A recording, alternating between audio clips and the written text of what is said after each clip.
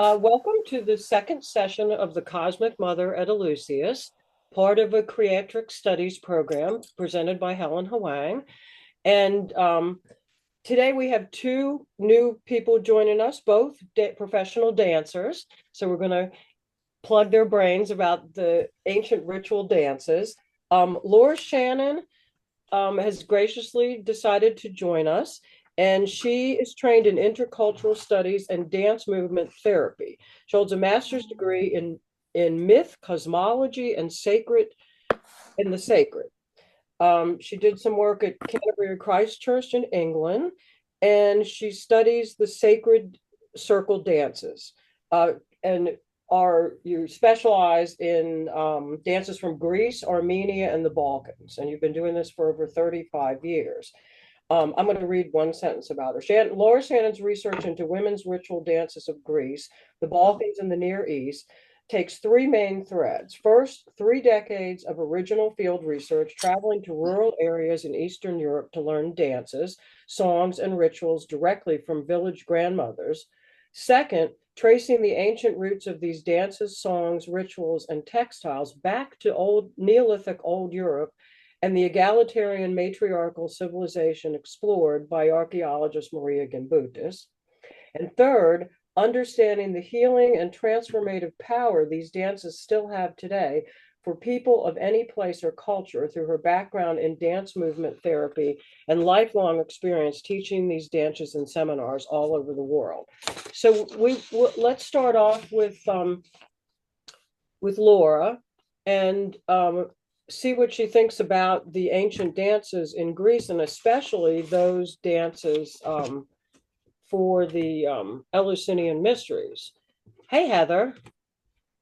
Nice beach background there. And then, so I don't, as long as we're doing introductions. And then, like I said, Dr. Lila Moore, who wrote The Screen Dance as a Rite of Passage, Gaia, Mysterious Rhythms, Dr. Lila Moore, excellent book. I highly recommend it. Does screen dance as a sacred rite of passage, a hybrid art form for ritualistic and mystic themes. And like I said, the film that goes with it, because you can't just write about dance, you have to watch the dance to enjoy it. And then welcome back, Vivian. Welcome, Heather, Helen, and Nene. So I'm Barbara. Oh, sorry. Okay. My better half here. A couple of yeah. And this is Barbara Carter, who does the astronomy and has translated the ancient calendars of the Celts, the Druids, and the Greek calendar as well. Okay, so the we have Lisa too, Lisa Skura from California. Oh, where? Thank you. Okay, there you are, Lisa, and Lisa's back. Thank you. You had some interesting comments last time. So I'd like to talk to the dancers first, Laura, and then Lila, and then how about I'll present 2 festivals that precede the Thesmophoria, and then Vivian's going to talk about the Thesmophoria. Okay, so go ahead, and I guess Laura, start us off. Thank you so much, Helen, and thank you, everybody. I'm really happy to be here with you today. I loved watching the recording of your earlier session and was sorry I couldn't be with you in person, so this is a real treat. And yeah, it's been an interest of mine for a long time, ancient Greek dance and everything connected with women's mysteries. Can you see my screen share okay? Oh, yeah, but your voice is a little bit low. If you could talk up just a little bit. Let me bring my microphone closer. Testing. Yeah. Talking. Excellent. Is that better? All right, you just let me know if there's anything else to change. And we're just going to touch on some of this huge topic, and I hope that something will spark your interest, and there's so much that we could say, but I will just jump on in and begin by talking briefly about methodology. Of course, the problem with methodology with ancient dances, they didn't make DVDs and videos and recordings and films, at least not in a form that we've discovered so far. And so we rely firstly on descriptions and depictions. So descriptions of ancient women's ritual dance, for instance, in Aristophanes, in the frogs, the blessed ones wend their way with song and dance through the holy circle of the goddess. There are plenty of references like that in the literate world. But the problem with that is that the written language comes much later than the origin of the Eleusinian mysteries in particular. The Homeric hymn to Demeter was about 600 BCE, but we know that these mysteries have their roots in much, much more ancient cultures and civilizations. And another problem is the written language from the time of its initiation in classical Greece in particular was really in the hands of men. So, it's a very limited source of information about everything to do with women's rituals. The other thing that we can find very helpful and inspiring are the depictions. So, for instance, classical artwork like this 5th century libation bowl, which Helen, you had just sent me in that email that came while I was in Morocco, and you were talking about those 7 dancers representing the Pleiades. Yes, why not? And there's so much that we can see about the way that women were dancing. So this is also very helpful, but it also has some problems. The painters of these vases and ceramics also tended to be men. Men could not witness women's rites and rituals. So we have to go back a little further. And very briefly to share with you my methodology in the last, it is actually 40 years now, my whole life, this time of researching the roots of women's ritual circle dances, I developed a 4-fold method, which is looking at archaeological artifacts, dance patterns, textiles, and non-linear texts like ritual dance songs. And the continuity of motif, pattern, and theme in all 4 of these realms, which is where women express themselves without the need for written word, that's not a coincidence. And so that can take us back to a sense of women communicating something. And in that we have remnants that stretch from the pre-patriarchal past in old Europe to present-day rituals which the women safeguard and pass on with immense accuracy and devotion, we can posit a continuity of motif. But the truth is nobody really knows what kind of dancing the people were doing. I just explain this to you so you can know a little bit about what informs my educated guesses, shall we say, about what people might have danced in connection with the Eleusinian mysteries. I just want to say that if we're looking at what survived, this is a very brief visit to elements of costume from Eleusis and the villages around Eleusis that have maintained the same repertoire of dances and dance songs and rituals that I think show a lot of survivals from the time of the mysteries. And because this is a chapter in a book that Helen edited called something like The Dance of Persephone, I won't go through it all now. I just want to begin with something more rich and visual and alive that can help inspire us and make it a little bit real. The costumes that the women wear that are decorated with, for instance, wheat and pomegranates. This is not by coincidence. The sleeves of the women's velvet jackets that the girls wear with the head of the goddess pointing down as if to indicate descent. I think that's not by coincidence. We have depictions of women dancing funereal dances, laments for the dead, which I think probably would have had a place somewhere in the Eleusinian mysteries given the theme, and how they're still dancing in that same handhold 100 years ago in Megara, which is next to Eleusis, also about 100 years ago, and today. Although this is a fuzzy picture, it shows all the women, the young women first and the older women after, which is another reversal of how it usually is in women's rituals, where the mature women tend to take the leadership role in an open circle of the dance line. Here you have the younger women who are leading, and I think that also indicates something about the Persephone story. And we also have some nice information that comes from painters in the early 19th or even in the 18th century, showing the girls dancing this same dance, the one dance, the ritual dance. Now it's one dance. So it has the same handhold, it has the same steps, it has the same rhythms, it has the same elements in some of the same songs which still mention Persephone. So that's how we can guess with a degree of, I mean, we can't be certain, but it's a pretty good guess that what they're doing now in all these places after all this time is connected to what they were doing then. Here's another painting by a Danish painter showing women dancing in a smaller group. And here's another painting of his, which I think is actually really interesting for us because he painted this in 1889, and it shows a ritual dance spiral. That's one line of people connected. You can fit an awful lot of people in a small dance space if you spiral around that way. And meanwhile, life goes on. The non-dancers are standing around, they're walking, they're talking, there's a woman with her baby. And we also see something that I think is very interesting for us with our question, like who was dancing? How many were dancing? Did they have concentric circles? If you look carefully, you can see that in this one spiral you have all the women together in the line who are dressed alike, which indicates that they have something that connects them, their age, their status, their rank, and maybe in the case of Eleusis, the women who belong to certain what we call choruses, which means singing, dancing, and performing rituals, that they maybe would dance all together next to each other as a segment in one long spiral. So that's just something that you see a lot in festivals even today, and I would posit that as one likely way that everybody danced at Eleusis. So before we get into the meat of what I think they might have danced, I want to start briefly with a little bit of context, and I'm sure you all know this, but just to refresh, images of women dancing in rows and circles are the most common motif in ancient art.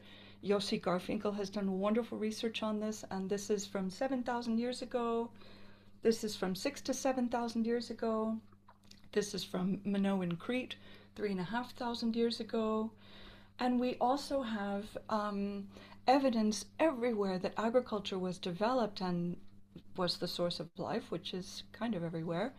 And when I say everywhere, I'm really talking about the Near East and Anatolia, Eastern Europe, North Africa. That's where I've done my research into the dances, but everywhere that people were growing grain, they had dance and ritual to honor the Mother Earth and to make that equation to female fertility in the human world. So that's almost a universal. Dancing on threshing grounds was a way of linking the women dancing, their life force and their power to give life, with the life force of the earth and the Mother Earth's power to give life through the grain. And before agriculture times, Helen, this is something you said in the previous session.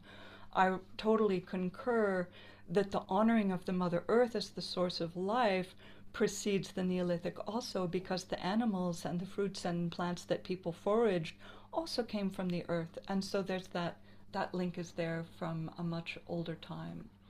As well as on threshing grounds, dance rituals took place in round temples like the Tholos of Delphi. Vivian, I put this in for us because that's where we met. And then, of course, at Eleusis, the well of the Kalihoron, the beautiful dancers, those walls came later. Before the Roman period, when those walls were built, the well would have been in an open space, and that's why we have all of these reports of people coming and dancing when they reach the sanctuary. Has everybody been to Eleusis, by the way? Yeah, I've been a couple times. Yeah. Do you think the concentric circles here would then, lead themselves to circle dances outside these two circles? So, two circles, were we talking about two circles? Since the well has two concentric circles, the dance Oh, around the well yeah. would then be a circle dance, or what do you think? So I think the walls all came later. I think the walls came at least 1,000 years after people had been celebrating the mysteries.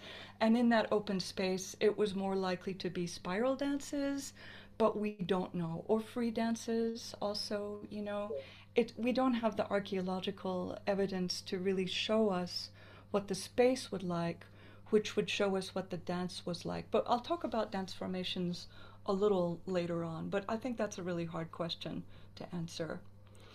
Sorry. Dancing in general, sorry, was that another question? Nope. Yeah. Dancing in general, we can understand how the ancient Greeks felt about that by looking at the language. They have kosmos, which is our cosmos, it's the same. And that gives us the words kosmima and kosmetika.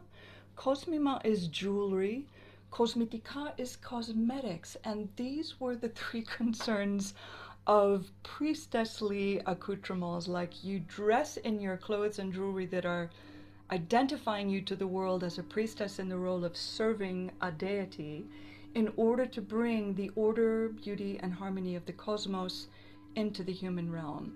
So although the earth mysteries are the main topic of the mysteries at Elefsina, at Eleusis, they're connected with the cosmos. And I always think about you, Helen, and your amazing, brilliant, detailed work, you and Barbara, into the archeoastronomy and the night sky.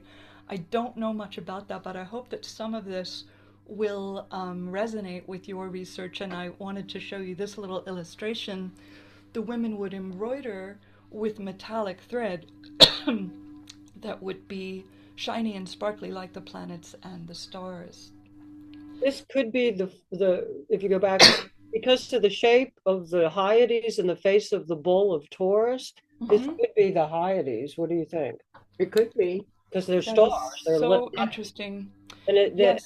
the shape is the U shape of the face of Taurus and Right. Omicron. Yeah, absolutely. And this one is over 100 years old, from the time before streetlights, you know, when the night sky was still really in people's lives and consciousness.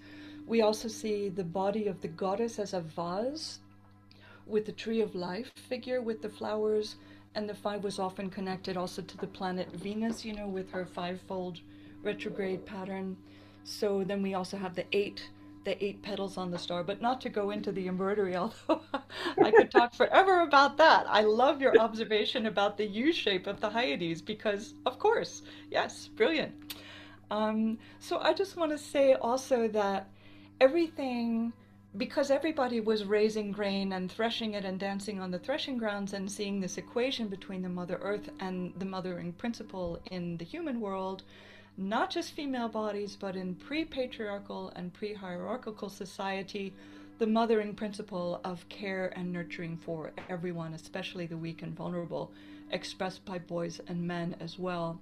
And this map just shows a few other places where we have major dances, rituals, dance songs surviving that name the Persephone figure or Persephone and Demeter figure or the story. So it isn't just Eleusis where it survives.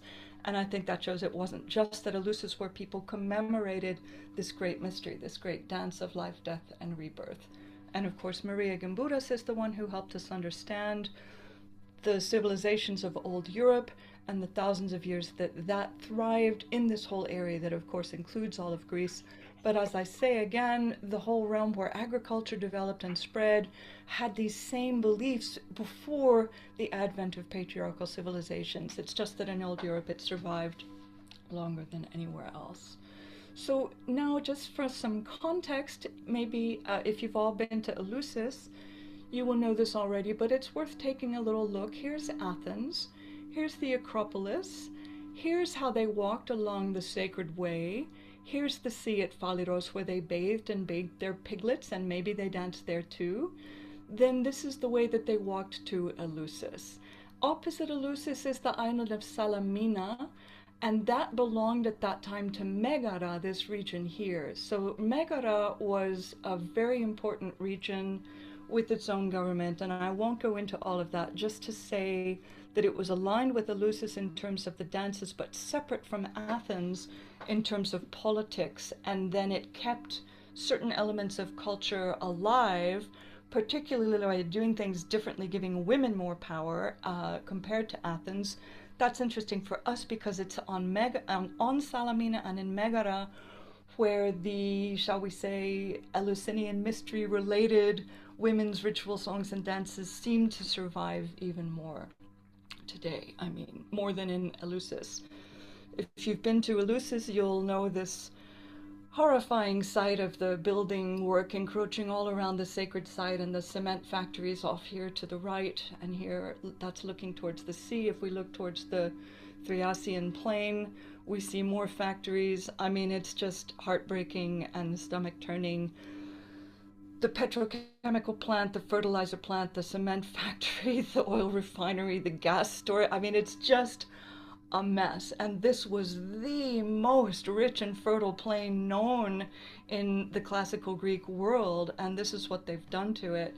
So there's something very heartbreaking, and yet something has survived in Eleusis, which if you've been there, I'm certain you will have felt, and people who live there still feel it too. And I'm sure you know this story about these two Englishmen who stole this statue from the sanctuary of Demeter against the very strong protests of the local people who said, this is the goddess Demeter, we call her Saint Demetra, don't take her away or our crops will fail. But they did take her away in 1801, and the crops did fail, and the ship sank, but they went and recovered the statue and stole her anyway, and now she's in Cambridge. But she was one of a pair. The other one is still in Eleusis, and you can visit her there. And a couple of years ago, the town of Eleusis formally requested the University of Cambridge to return her sister. So in 1801, people were still worshipping a statue of Demeter and believing her to be responsible for the crops. Also in 1890, women were performing prayers. They were the priests in their own home. They were reading the prayers and giving communion. And maybe you have to live in Greece to understand how radical and revolutionary this is, and yet it fits with Megara and Eleusis. The women are still taking and claiming the role as the priestess of the home. 35 years ago, they were still digging up in the cemeteries priestess skeletons with the mirror, always priestess accoutrement.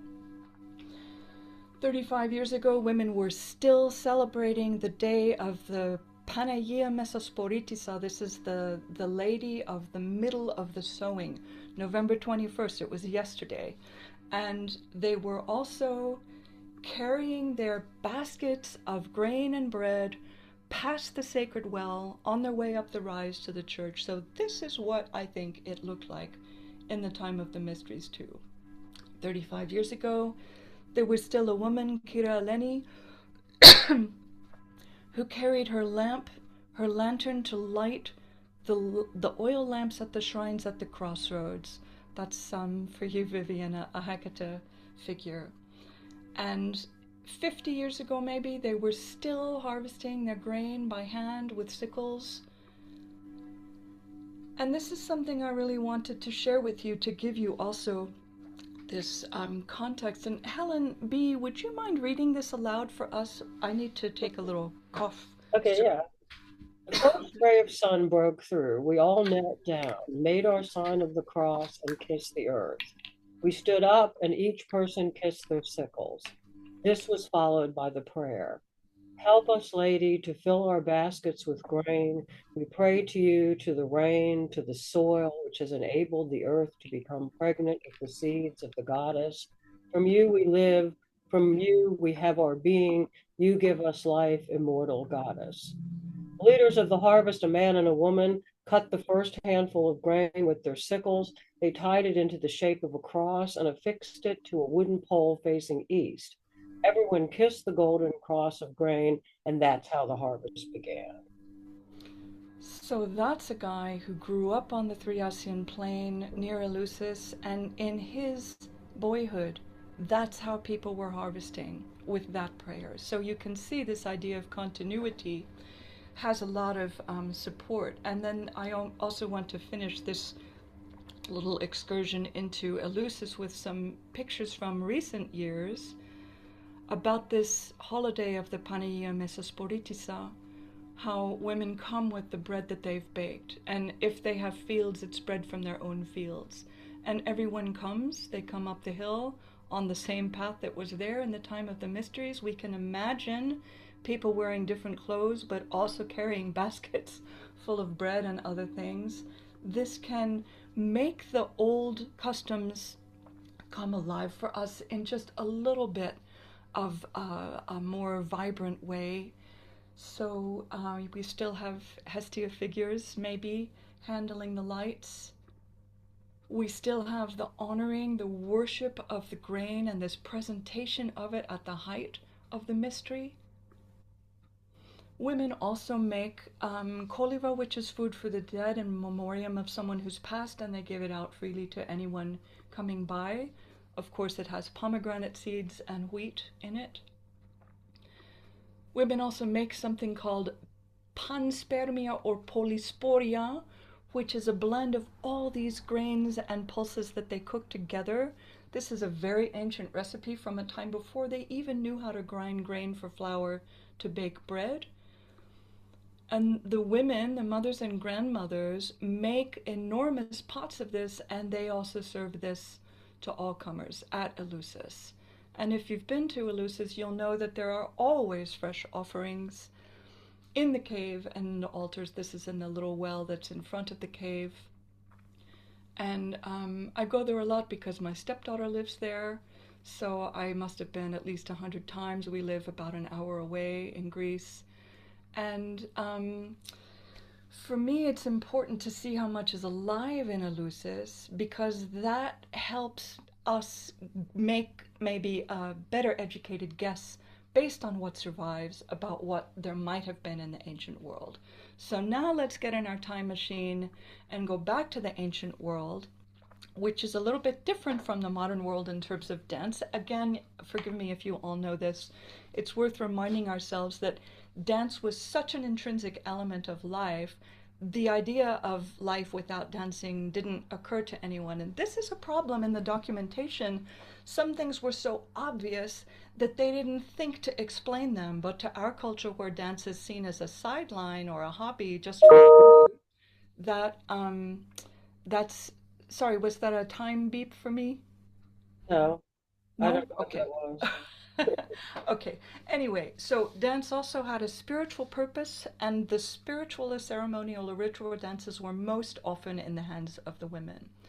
They didn't talk about dance as a separate thing from music, dance, and song. These three were intertwined and inseparable, and they were known together as the musiki, the gifts of the muses, which formed the basis of paideia, upbringing, education, and culture. And Plato's famous quote, "The well-educated person must be able both to sing and dance well." Choral dance and song are identical with education as a whole. So this is very interesting. Choral dance and song and education, the songs were also transmitting meaning as well as the embodied experience, which is how Aristotle describes the mysteries, that you don't have to learn anything. You just need to be there and go through it and be changed by it. On the other hand, in the mysteries, you had to be a Greek speaker, so there were things that were said and transmitted through the language which all initiates needed to be able to understand. If we look at the music, there were several main instruments that would have been used in the Eleusinian mysteries. The avlos was the double reed pipe played in pairs. We have a picture of that next. There were 3 different types of lyre with varying numbers of strings and varying complexity. People sang. They played little clappers like in that illustration, not quite like castanets, but similar. The women played frame drums, and accompaniment to this to the singing, to the dance, was provided by the footsteps of the dancers, and back to the cosmic jewelry, the kosmimata, the jewelry of the dancers as they jump up and down or lightly dance with up and down movements would be with coins and chains that would make a gentle shh, shh, shh movement. 50 women wearing that all together. You get that also in your dance orchestra too. So the avlos, which was the main melodic instrument, looks like a flute, but it's actually a double reed pipe in the family of the oboe, but with a much louder and stronger sound than the oboe. It's sort of like between a zorna, like a duduk, the soft Armenian duduk, if you know that, and the zorna, which is very, very loud. And often you could play one pipe as a drone and the melody on the other, or you could play 2 different melodies, maybe in intervals. It was loud enough for one player of the avlos to fill the open space of the ceremony, the ritual, the altar, and for one avlos player to be the only source of melodic music in the dance. The lyre was less loud, so maybe not so much for open air celebrations. Here you have just a few little pictures. You can see they are more or less complex. They have sometimes a rounded bottom, a flat bottom. Apollo was the god associated with the kithara, this lute family, and Dionysus was associated with the avlos, this reed pipe, or the bagpipes, which have a similar but even louder sound. This is not Dionysus, this is Marsyas, who was challenging Apollo to a contest of music, which he lost.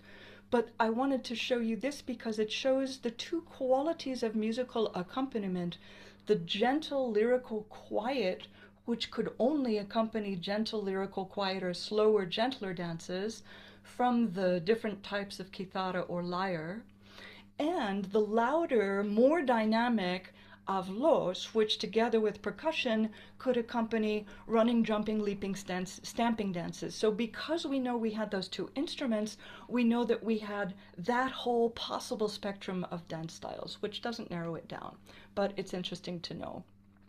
And then this is a famous painting, Sappho and Alcaeus. He's playing the kithara. She's completely entranced and rapt. All of her friends are also completely entranced in the music. And I like this because it helps us understand these people had limited oral input. No radio, no TV, even limited conversations with people in their spheres, which were smaller than ours tend to be. Music was such a thing, and musicians were so honored for their skill that this really had the power to bring people into a kind of altered state. And then here we have the perfect example of what they call musiki, a musician playing the kithara while singing. He's got his head thrown back and his mouth open, and dancing. You can see his movement, the movement of the cloth. One foot's, the heel is off the ground. This is it, all of it together. So finally we come to dance, and I don't have so many pictures for you, and I will try not to bore you. I will just mention the possibilities. Each of these could be, a whole hour just by itself. Who danced? There were choruses of women or girls honoring the goddesses, and these choruses have been attested to again from the time of literate history, from like the 7th century BCE. They outnumber the men's choruses by 3 to 1, 4 to 1, 5 to 1. It was definitely much more a thing for women and girls to perform ceremonial ritual dance. And usually you had boys or men's choruses honoring gods, women and girls' choruses honoring goddesses, but it wasn't always a strict division. These choruses could be from Eleusis and the surrounding areas. Maybe, I'm thinking, Helen, that maybe there were specific choruses that would represent the different groups of nymphs, the Hyades and the Okeanides. They could either be temporary, like you'd have a sponsor called a choregos who would put up the money for everyone to come together with musicians and rehearse for a few months to learn the rituals, the songs, the steps, the dances. Or the choruses could be permanent, like on Delos, the women there who lived there all year round were known as the Deliades. They had a permanent avlos player that they paid for out of their temple receipts.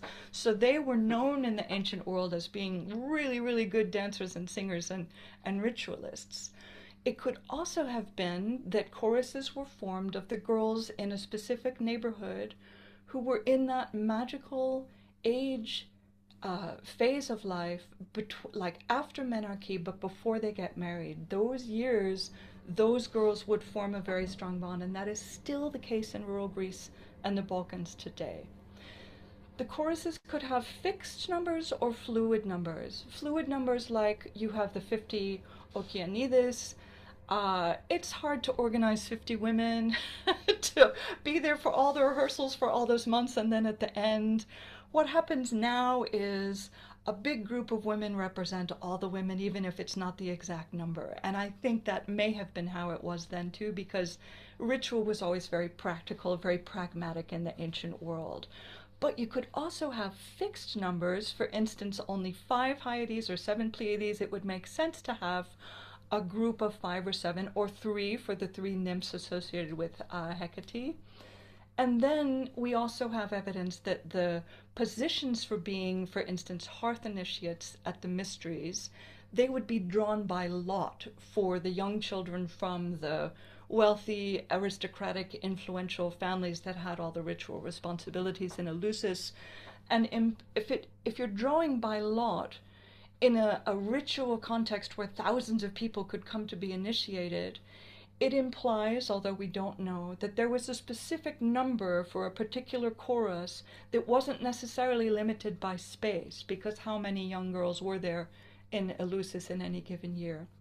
So those are some of the ways that can help us think about imagining who might have been dancing. And then very briefly, you usually had men and women completely separate. If they were dancing in the same circle, I'll show you pictures in a minute, you have women and men in two halves of an open circle, and an unmarried woman and man or unrelated woman and man would not hold hands even in the dance. They would each hold one corner of a handkerchief, or a child would be between them. Or you have women and men in two concentric open circles, usually the women inside, the men, and the men on the outside, and then they might hold, the first woman and the first man might hold a handkerchief between them. You still see that as well. Dance formations could be closed or open circle, a spiral like we saw in the painting, with smaller groups like women in the same costume, women from the same town, women in the same age, women in the same chorus. They might all be in one line in the spiral. There could be a group of 3 women, like the 3 nymphs. We see that represented on so many votive plaques. There could be 1 leader, or if it's women, it could be people taking turns to lead the dance line. In the wedding dances even today, people will take turns to dance next to the bride, because she's in a kind of liminal space where she's like a priestess of a divine feminine imminent presence that you are blessed if you dance next to it. Or there could be dancing with no formation, no circle, no lines, no handhold, just free like we imagine the Maenads. That's something that people still do a lot. It's a lot easier. You solve the problem of, is there enough space? How do you fit everyone in? Is the ground uneven? People of different ages and levels of ability can't all take the same big steps. There's a tremendous amount of free dancing in rural village festivals today, and I'm pretty sure that would have been part of things in Eleusis too, but so obvious that nobody thought to describe that. And then there's different kinds of dance handholds that we don't have to go into. I'll send you these slides if you're interested. Yeah. The dance rhythms, which I think are likely to be the most ancient ones that we might have seen in the mysteries of Eleusis, that's the royal we, I guess. I feel like maybe we were all there. Sorry about that.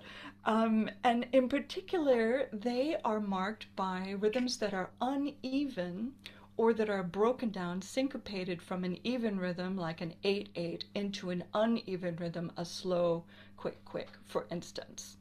So those uneven rhythms, a quick, slow, I think are connected with the heartbeat of the mother. I think they're particularly geared towards ritual worship of the Mother Earth through dance, not only in Greece, but everywhere I've done my research. And then there's also a connection with weaving, which I forgot to put in here, but this very first rhythm called the dactylic rhythm, which is slow, quick, slow, quick. This is like a rhythmic representation of the main weaving pattern, the twill weaving pattern at that time in the Aegean area, where they were weaving enormous quantities of sailcloth for the Athenian fleet to conquer the rest of their known world. And one over 1 and under 2, that's 1, 1, 2, slow, quick, and they sang songs we know. So there's a connection with weaving too, which takes us back again. We know the rhythms existed at that time. States attained through dancing at the Eleusinian mysteries, or any mysteries. First you had ecstasy, ecstasis, which is literally being outside your normal place, outside yourself. Then you have something called enthusiasmos, which is like being filled with the deity. Then you have something called orgia, which is not orgies, but it's a group experience of mysteries and sacred rites, which is intensified by the fact of doing it all together. And then you have mania, which is this divine madness or frenzy of the Maenads. I don't know if they got there in Eleusis. I think that was more women-only thesmophoria, but we'll hear more about that from those who know more. And then finally, in Eleusis, you have, with the dancing and all the other things that made those 9 days special, different tools to help the initiates attain altered states. So dance, music, and rhythm, if you've done it, if you've danced for hours, you know that this brings you into those states of ecstasy, enthusiasm, and all the rest. The rhythm will bring your brain into a state of coherence outside of your own normal rhythms, your own normal thoughts. Fasting and fatigue and ritual silence can also bring you into a hallucinatory state.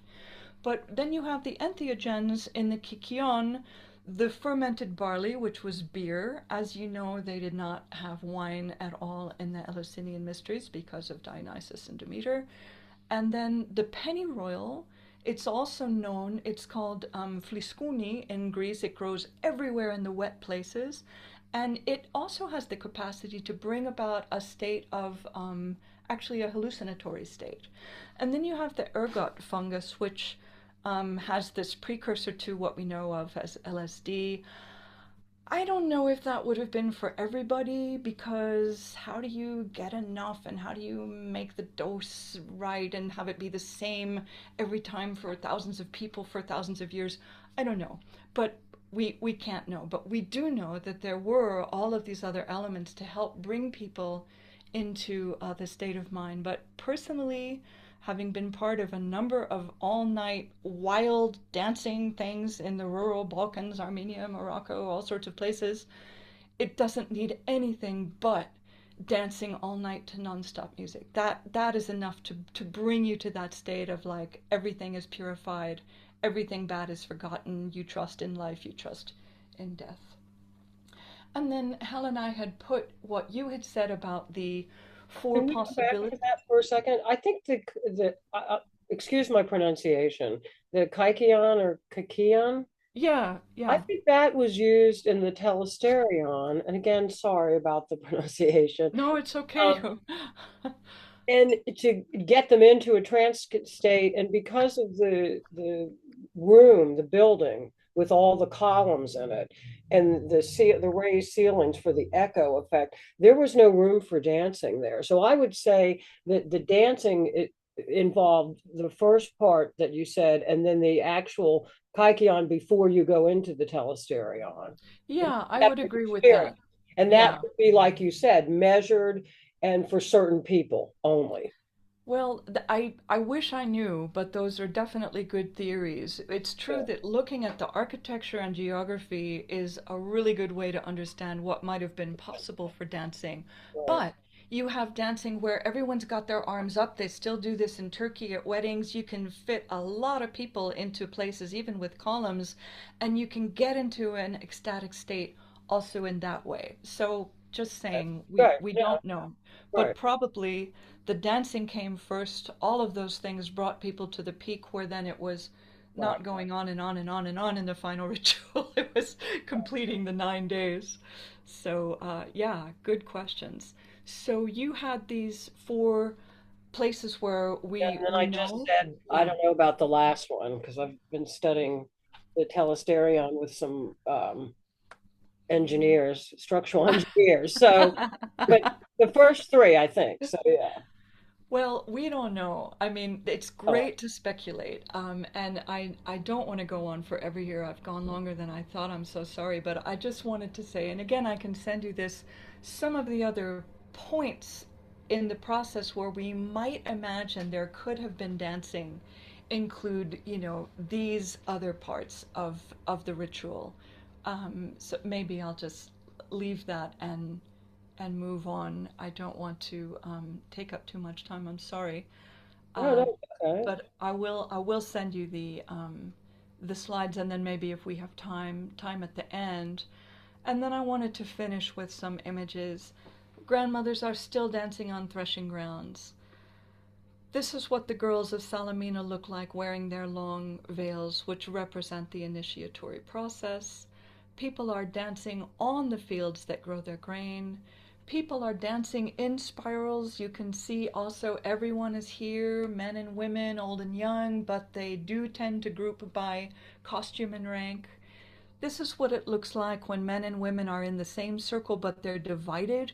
You can't really see that crucial point between the man and woman, but they are holding a handkerchief, or as I said, there could be a child. We have this depiction from 1933 of the dance handhold. If you look closely, like that first guy in blue, you can see it pretty well in front of him. They're holding the neighbor's wrist. They're not holding hands. And you actually see that a lot. I'm just going to skip quickly here to, oh yeah, the votive reliefs with the nymphs. It shows different possible handholds. Touching wrists, holding clothes, holding wrists as well. I love this one because it's like after the dancing, the nymphs are hanging out and drinking wine. That's also part of the festivals. They weren't always on. They were on and then off. And then the Maenads. So this is what I'm thinking, like you could fit some of this even in a telesterion, you know, and not everyone with a drum, but enough people with drums that there's a rhythm, and then people on the spot doing their thing and dancing. Oh, and there's more that I wanted to say about song. I'm sorry, I will just skip some of these. I'll send these to you. Types of singing, and then these are other songs that talk about Persephone from other parts of Greece. I'll send you these. But I would like to share this song with you that's still danced on Salamina. What is that thundering in the streets? It's a girl of Kuluri, that's the name for the island of Salamina, is passing. As you lead the dance, you resemble the swallow in the sky. Lead the dance with grace, you are beautiful. Laurel by the stream, you are the beauty of the village. You are the most beautiful of all. What mother gave birth to you?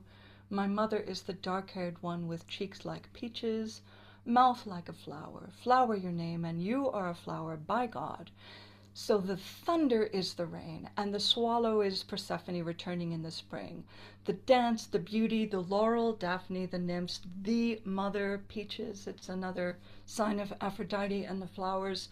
So this is an example of an encoded ritual song that has all of these elements of Persephone.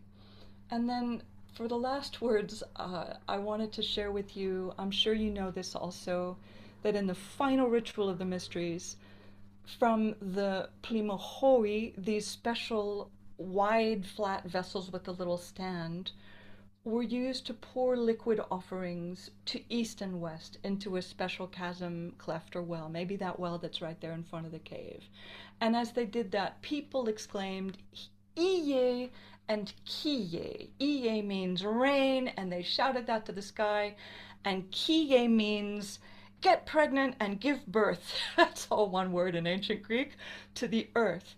And on today, so yesterday morning and the night before, mothers and grandmothers in and around Eleusis, in living memory, would go to the village fountain to pour in a spoonful of the polysporia, this mix that they cooked up for the special festival once a year. Coins, a little wine or raki, and they would say, opos trechito nero na trechito vio. As water flows, may life flow also. So it's the same invocation of life-giving water and all that the earth gives us, and they're still doing that today. So that's all I wanted to share with you today. Thank you very much. Thank you. That was great. I know you changed my world. I was just going to say they danced. I can't say that anymore. I've got to say a lot more than that.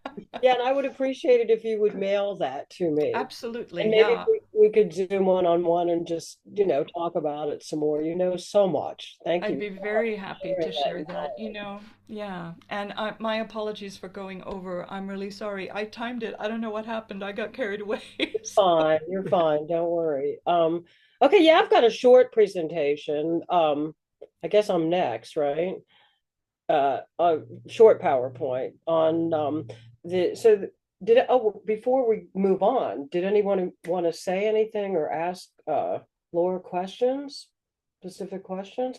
I noticed the dancers had that white yoke, which reminds me in Knossos, looking at the artwork where they were bare-breasted. And now, of course, in our era, the white yoke is there, and that U-shaped on the aprons is, again, the U-shape, the sacred priestesses U-shape.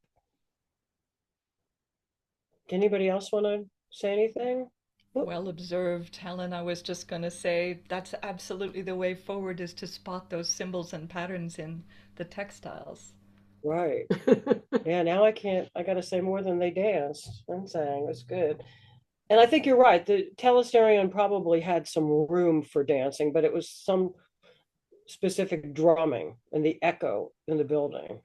Okay, well okay, so before the Thesmophoria, there are two short festivals. So now we're into the 11th lunar cycle of the year on the Greek Attic calendar. And there are two festivals that preclude and are very important and rarely mentioned in the research. So I had to go back to the Harvard translation and the Princeton translations of these stone tablets of these two festivals. And I had to look again through the patriarchal eyes to try to put it together. So I did the best I could. So here's what I came up with. Okay, here's Demeter. The two festivals, again, right before the full moon, the Pro-Erosia, and then the Pionapsia, excuse the pronunciation. The easy way to remember the Pro-Erosia is that Eros, love. So this is the fertility festival before the Thesmophoria, where they're going to teach the young women about fertility.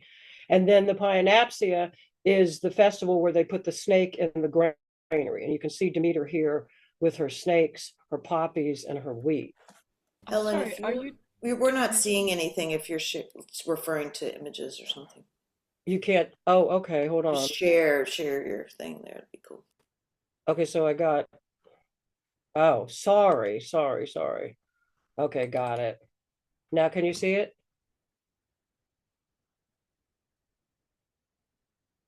Can you guys see it now? Okay. All right, so here's Demeter. And like I said, the Pro-Erosia, I look at the word Eros in there. That's the fertility festival before the Thesmophoria and after this is the 11th lunar cycle. So it's after the Eleusinian, everyone's gone home, and it's the next full moon that comes right before the Thesmophoria. And Eros, the love fest. And then Pionapsia is the putting of the snake in the granary and storing the seeds. Go ahead. I think it's really important to know that we ran into the snake in the granary clear back when we were studying Ogomateli in the African, oldest African civilization still existing today. They knew all about the sky. They knew all about grains, and they had the celebration of putting the snake in the granary to protect the grains.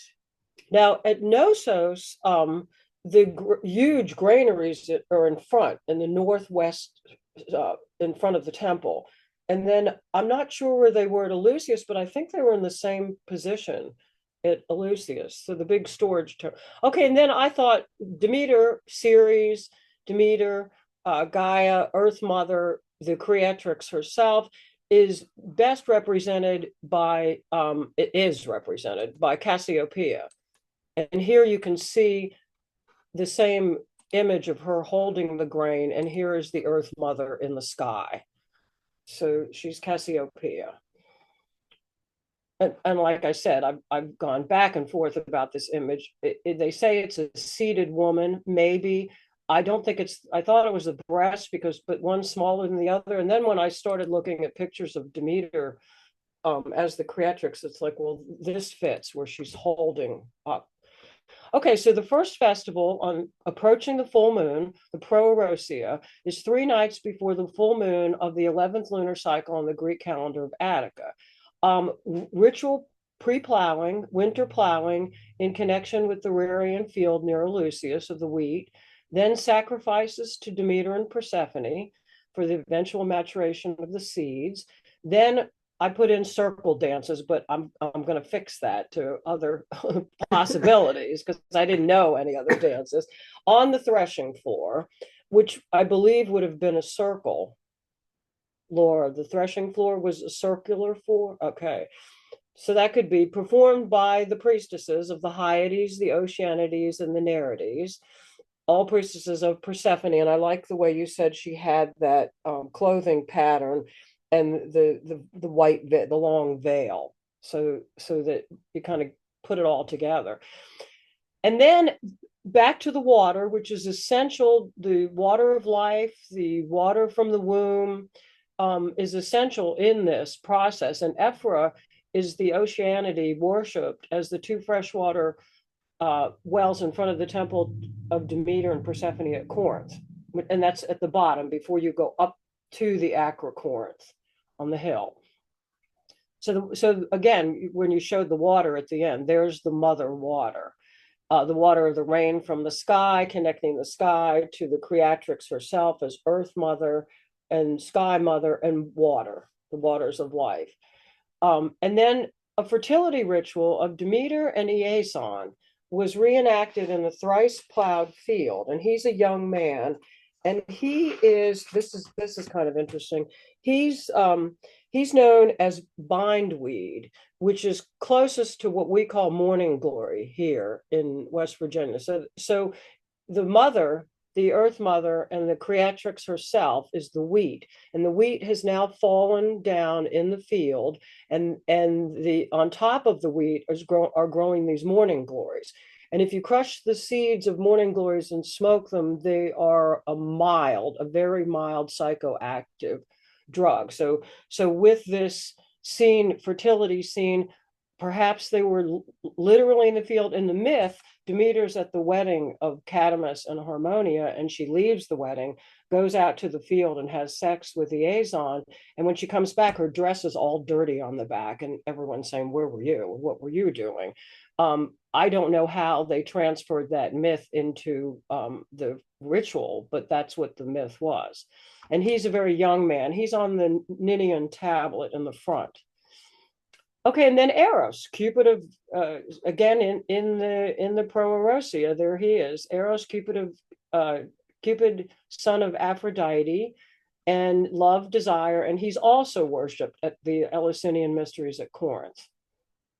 And then the dates are the Pyonapsian, the 4th, the 5th, and the 6th. So that would be the 3 nights before the full moon.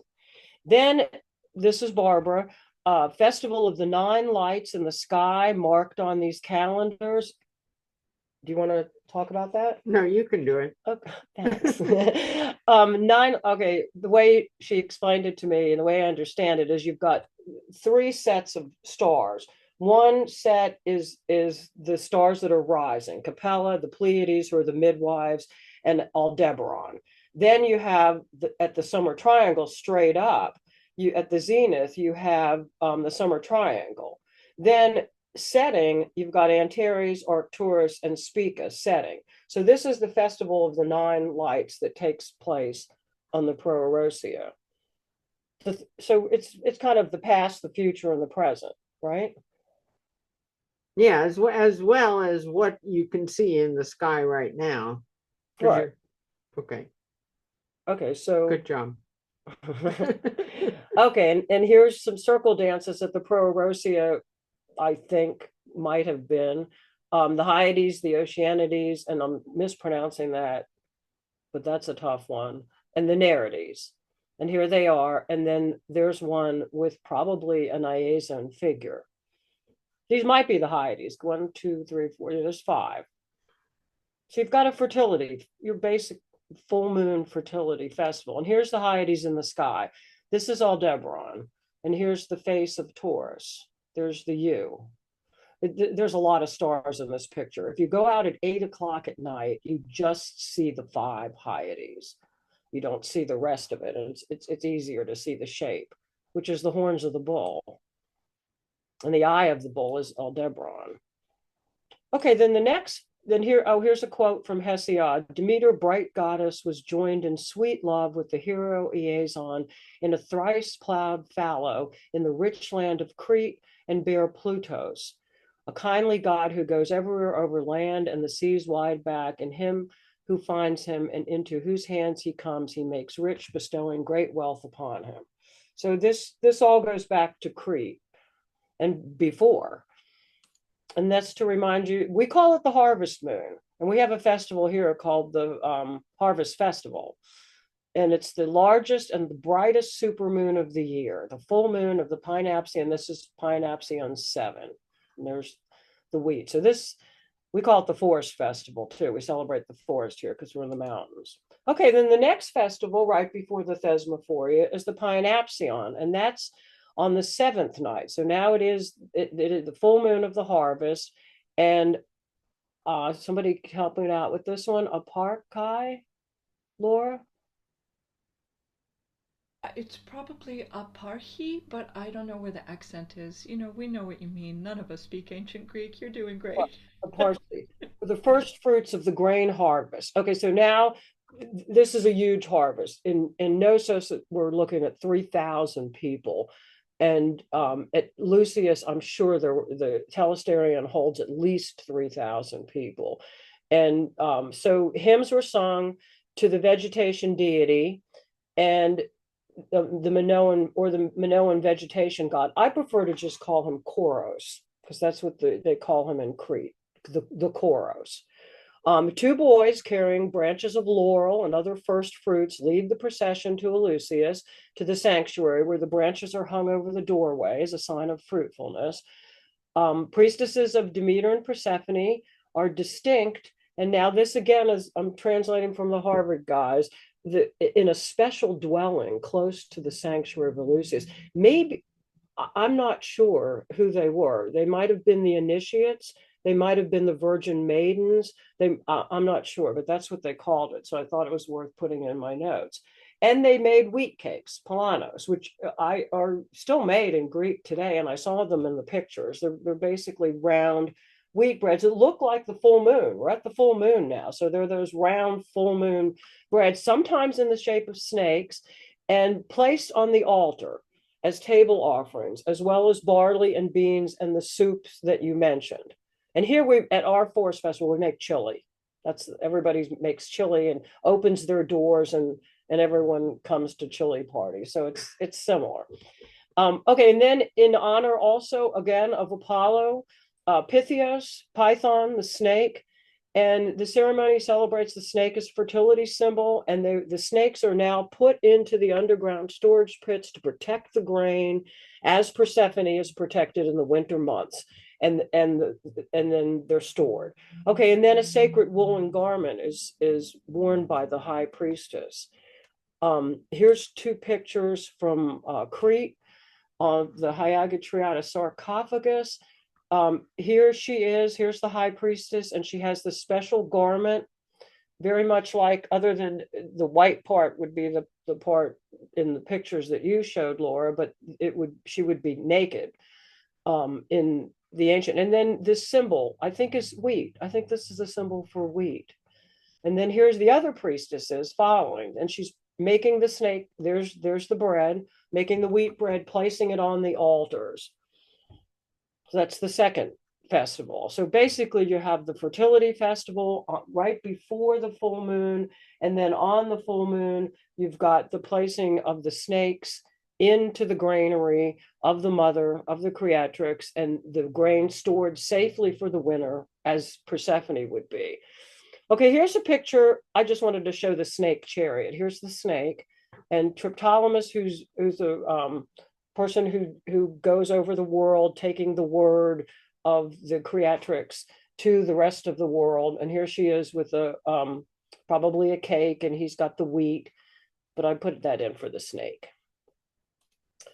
And here, like I said, here are the sources I use. And then last slide, here's a priestess on the, I believe she's threshing because the wheat seems to be in the air. And here's a couple pieces falling. She might be threshing the wheat here. And this is the full moon festival that is before the Thesmophoria.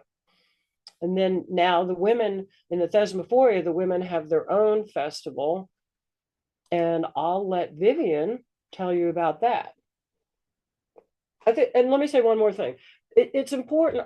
Most of the research I've done, we're all experts in our fields, but the real difficult task is putting this together from the dancer's point of view, from the singers, from the religious point of view, from comparative mythology, and from the stars, and having all this knowledge. The Druids worked in groups of five for this reason, and I think as women we can make contact with that again and not be working separately, but in order to see the real picture, put that all together. And the same thing with the mysteries. People either write about the Eleusinian mysteries or the Thesmophoria, but you've got to see the whole picture of worshiping the creatrix in the fall as going to the telesterion, initiating people, seeing the image possibly of Persephone coming back from the dead, resurrection, and for you, Heather, and female resurrection. And then the fertility festival and the full moon, and then the Thesmophoria. So no one has really put those. I'd like to put the people together, and I'd like to put the three festivals together as one long festival to the creatrix, because she is the most important goddess, I think. So Vivian, the last festival in the context of the other two. First, I wanted to check in. I wasn't sure if Lila was going to share something or. No, I was only invited a couple of days ago, Okay. so I'm not prepared with a presentation, and also I don't think that I have enough knowledge. I mean, I can talk maybe another time about the relationship between those ancient forms of Greek dance in relation to modern dance.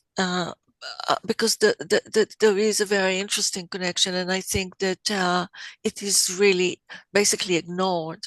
But I think we have modern dance as a result of research into classical and ancient forms of dancing, especially from Greece. So, and this is something that was forgotten. So again, maybe another time. So yes, you can talk. I mean, it's your turn. Okay, thank you. Let me share my screen.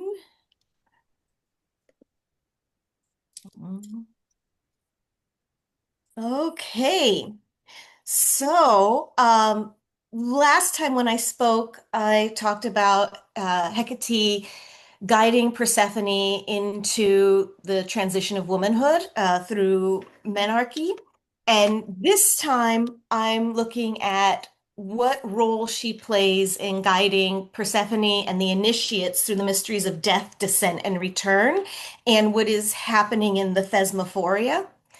So let me just to reacquaint you with Hecate. She's an ancient Titaness and one who holds power in heaven, earth, and sea. As a Titan, that makes her second generation of gods, so she predates Demeter and Persephone.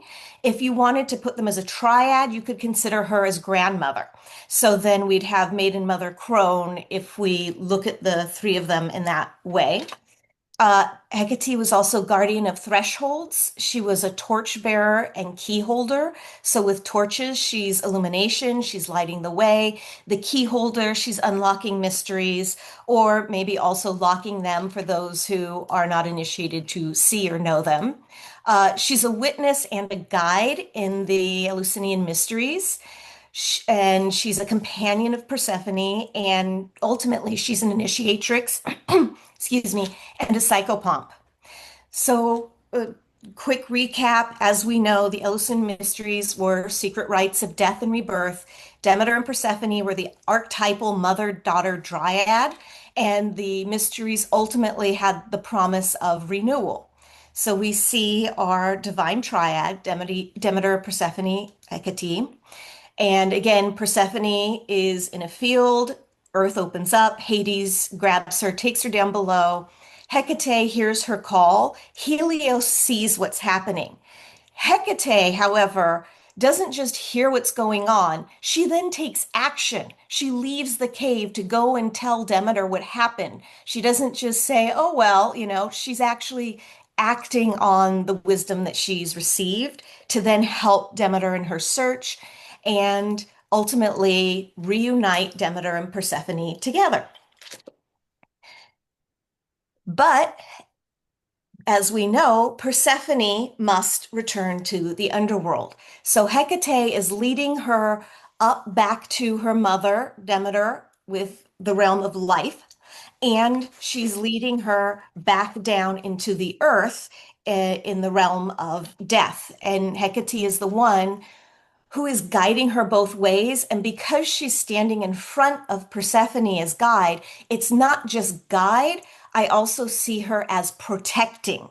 She goes before Persephone to make sure that the way is clear, that she is safe, that anything that might come to her, Hecate can take care of. She can quite easily handle.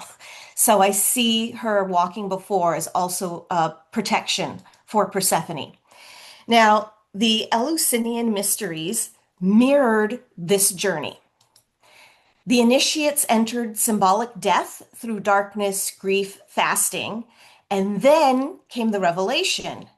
Hecate's torches ignited the dark. Suddenly there was light, and Persephone arose. She could have been stepping into the cave that was on site in the ritual area, so it would look like she was coming from out of the depths of the darkness, that she has arisen from the underworld and returned from death, which then teaches the initiates that death is not the end, that they can look forward to Hecate being there to guide them back into either a better form of death or back into a new form of life. So both the Eleusinian mysteries and the Thesmophoria celebrate human and agricultural fertility. But the Thesmophoria is one of the oldest attested women-led religious rites in Greece. It was founded in the Neolithic era, so about 6800, 3300 BCE, and arguably one of the few spaces in which women held ritual authority independently from male control. It was one of the most popular and widespread ancient Greek festivals in honor of Demeter, sorry. And it's talked about and attested to in more than 50 different cities all across Greece, Asia Minor, Sicily, Italy, North Africa. I mean, this was a huge festival. It's most traditionally takes place over 3 days. Because it was celebrated so vastly in so many different places, sometimes they extended it and it could have lasted a few more days, but generally it was a 3-day festival. So the first day, Anodos, is the ascent. So this is where the women would go into withdrawal. So they are leaving their homes. They've packed up, their bedding and all the things that they need to go out into the ritual landscape and gather with the other women. And it's married women who are mostly doing this. And this correlates with Persephone's descent. And it's, again, separating them from ordinary life. They're no longer in the home. They're no longer having to do the things that they do in the normal, everyday world. They have been transported out of that. The second day is the fast. So this is when they are fasting all day. They are in mourning, just like Demeter was for Persephone, and it corresponds to the phase of the myth where Demeter is searching for Persephone. Now, this part is purification and sacred abstinence. So the fasting is part of the purification aspect, and obviously sacred abstinence also purifying and keeping the body clean. The third day is the fair birth or beautiful offspring. Now, I put the name in red, Caligenia, I think, again. Excuse the pronunciation if it's wrong, which is all about fertility and rebirth. This is the reunion and restoration. This is when they had celebration, blessing, and abundance. So again, looking at Kalogenia, that's one of the epithets of Hecate. So epithets are mostly adjectives that pair with a deity that can describe their gifts, their attributes, what they're connected to, cities where they might have been worshipped, different ways they show up or help. And when you study an epithet, you learn a lot about how the ancients viewed a deity, how they might have worshipped them, what they saw as their realm. And I mentioned last time that I have more than 318 epithets for Hecate. She was a huge goddess and could potentially trace back to being the original concept of the great goddess. She held everything. And again, going back to her as a Titan, second generation of the gods, when the Olympians took over, Zeus granted her the ability to keep the powers that she already held beforehand. So she held sway over the heavens, the earth, the seas, the underworld. So she's everything. And when it comes to the Thesmophoria, these are some of the epithets I pulled out that I felt were specifically relevant to her because she's showing up as teacher and revealer, the nurse of childbirth and goddess of midwives, which I'm going to bring in a moment, and the mother of generations, again, a birth helper, goddess of childbirth, midwife, guide, bearing beautiful offspring of the underworld, of the earth. She's the key holder and key keeper, child's nurse, nurse of youths, mother of all. So I'm bringing in this motherly aspect of her because I believe that the Thesmophoria were mother-daughter mysteries of life and death. And these are the greater mysteries of the cosmic mother, of our earth mother Gaia. It is the big cycle that we are constantly going through. The fields and the agriculture are also going through this life and death. But in the mother and daughter mysteries, it's very particular to what they're going through. So Demeter was nourishing the living. Hecate nourishes the dead. I see Hecate as the chthonic mother. Kore, which is who Persephone was before the descent, so Kore, just a maiden, died, and then she becomes Persephone, the queen. Hecate has sway in the underworld and is known as Queen of the Dead and Psychopomp.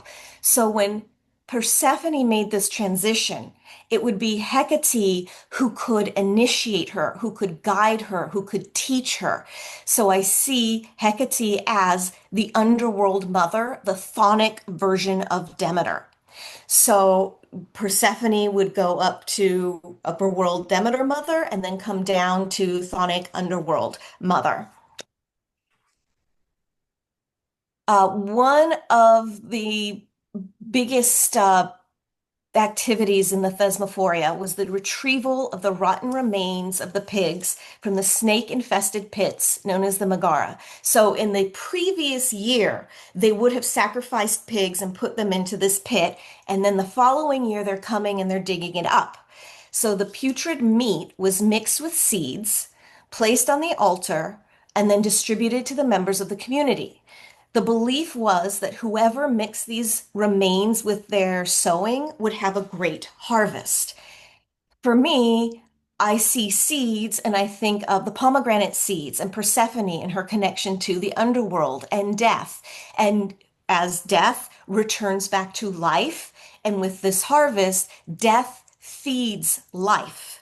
The fact that these putrid remains were then mixed in with the new seeds in order to have like a great new harvest and a great new cycle of life, it was tied into death. You cannot separate the two.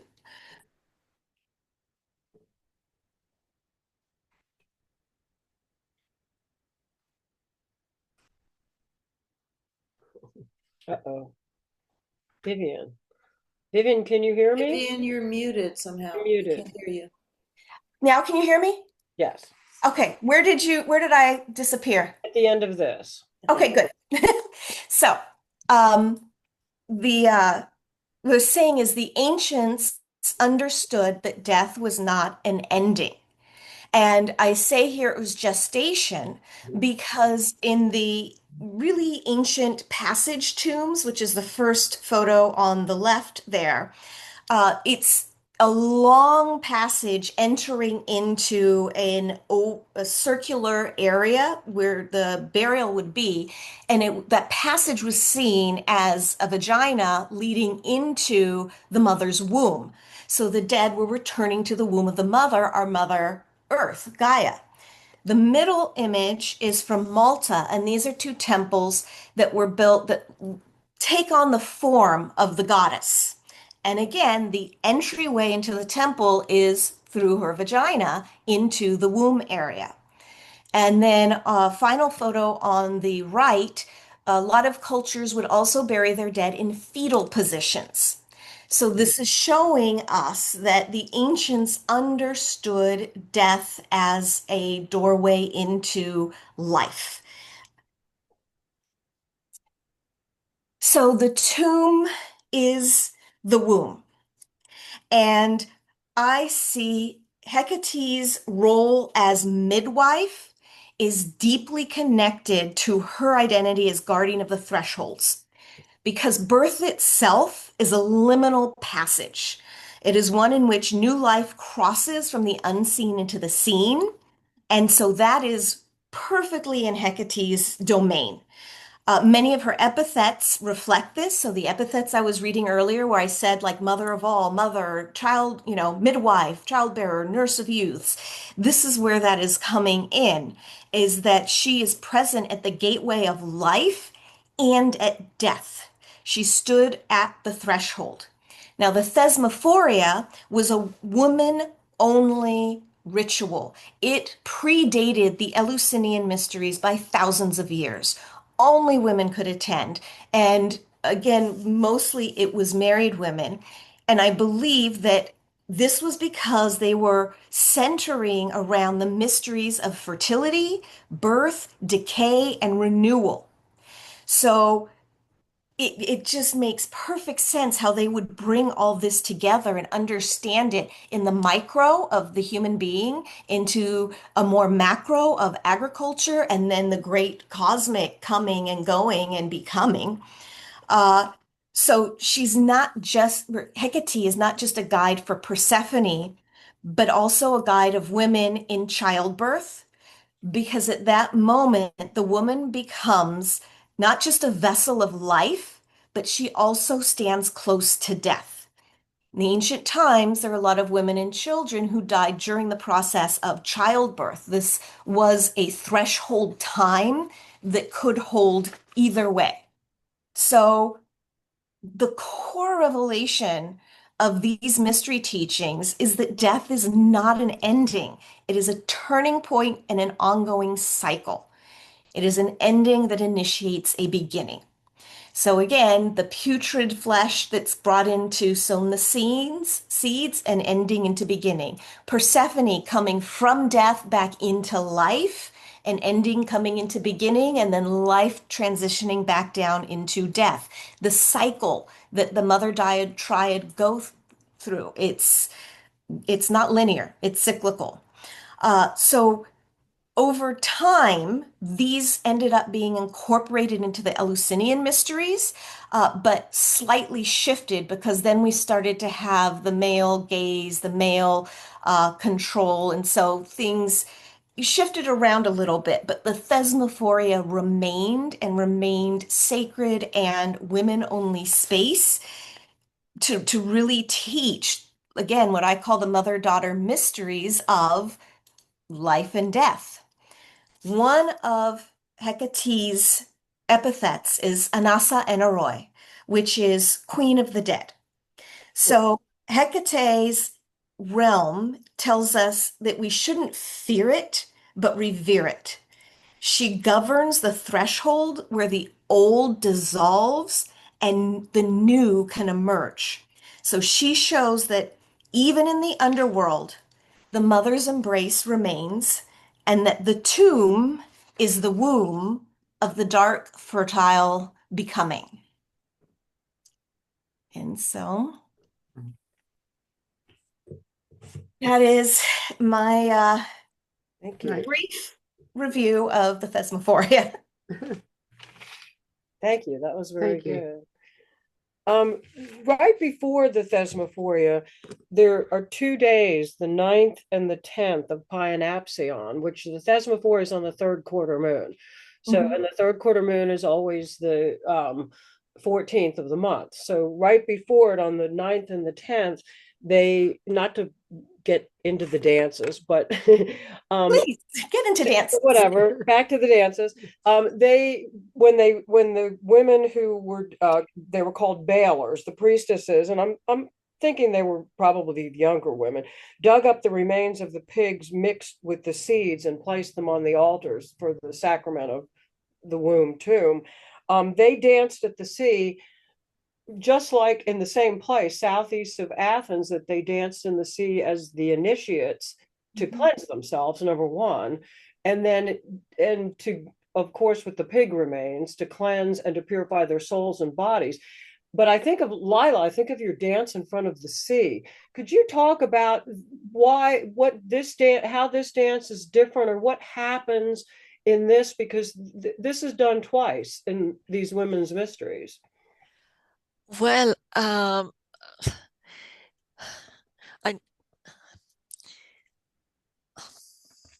well, it's a very long story, so I'm trying to find the words now because this the script, for the dance film was part of a larger script, which I wasn't able to make happen, but I probably will be able to make happen sometime in the future, because it's just a lot easier now in terms of technology, because when I was making my work, it was very difficult to make a film. And what is the question about the dance with the sea? What is It's it like happened. to dance in front of the sea is what I'm asking you. What it You is do? like? Yeah, why do this, or what's the essence? Well, I mean, it why doing it? Because it's about going into the depths and coming out, and it's like it's a bit like the sea is the unconscious, is actually the mother, is the unknown, the place of depth and wisdom, and coming out is coming back from the depths to consciousness, to the earth, to ordinary consciousness. So it's very much like and the shore is a threshold between the depth and the unknown and the unconscious to the known. So there is quite a lot of dance on the seashore and between the sea and the the sand and the rest of it, as yeah, it's very much like Hecate in a way, in terms of threshold. It's a threshold place for me. So and so there is a lot of interplay here between those two aspects, between the the invisible and the visible, the physical and the spiritual.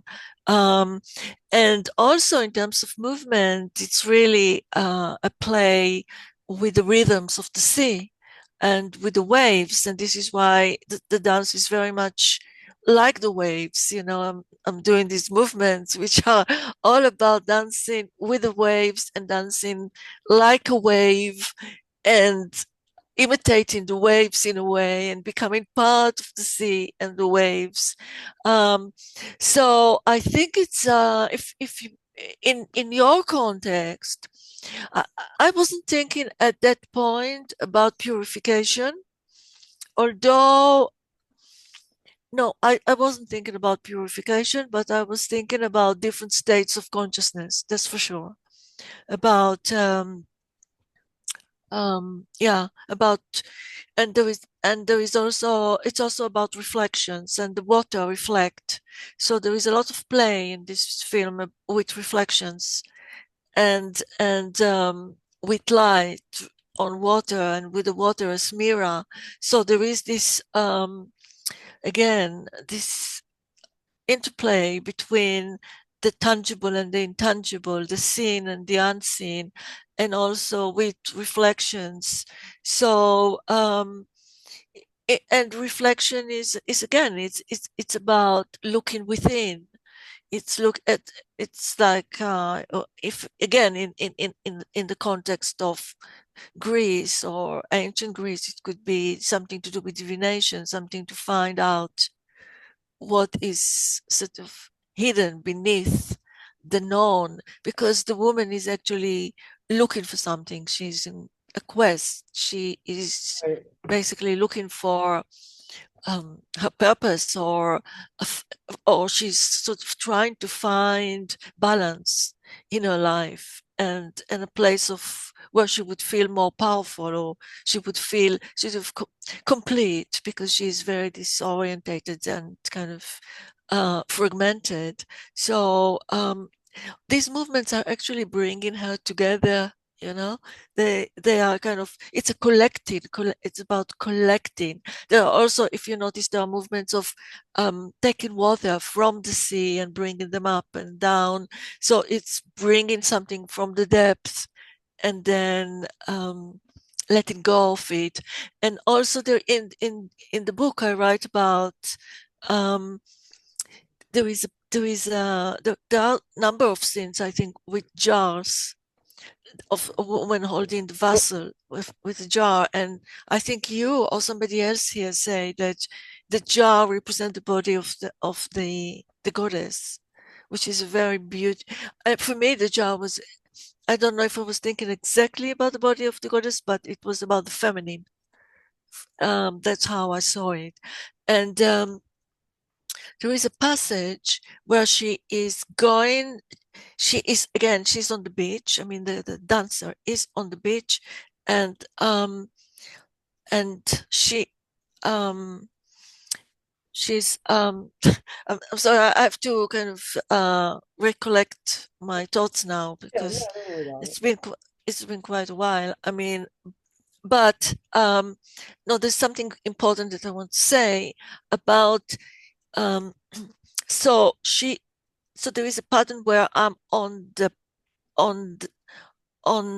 shore, in between the sea and the rest of uh, the rest of it, and I'm going with a jar back and forth, and sort of, and then kind of lying down and arching my back, a bit like the goddess Nuit, the Egyptian goddess Nuit.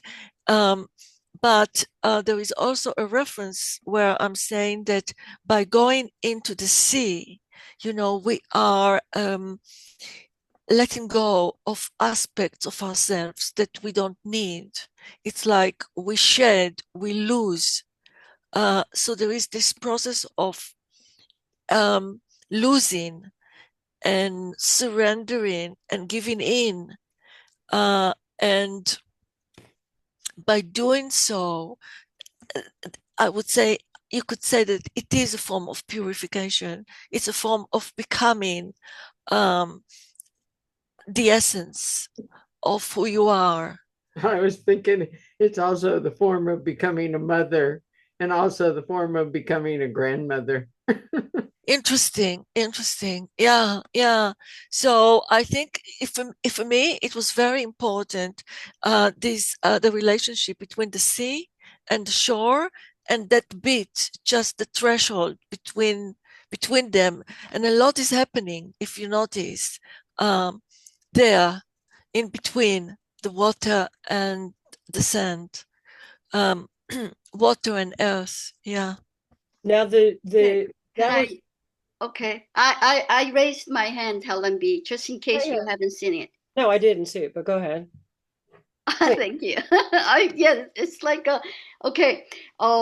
Because while Lila and then Vivian too were sharing, and a lot of